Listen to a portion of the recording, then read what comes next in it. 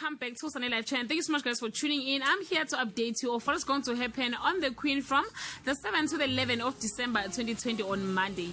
Vuyiswa is left speechless when the table unexpectedly turned on her. Mpo makes a startling discovery on Tuesday. Hector tried to flush Derek out. Schumacher can see his meal ticket slipping away. On Wednesday, Schumacher comes up with a plan to win Mpo back, but will she listen to him? Tembisa turns on Vuyiswa and Hector, making their manhunt more difficult on Thursday. Not everyone is happy about Mpo's latest decision. Vuyiswa's failure weighs on her on Friday. Schumacher falls off the bandwagon even as Petronella and Jegejede worries he will end up dead. Guys, this is all I have for today. You can leave your comment below and share your thoughts. Till we meet again, I love you so much, guys. If you want the full episode, please leave the comment below. I will share the link from Facebook. Thank you. Bye.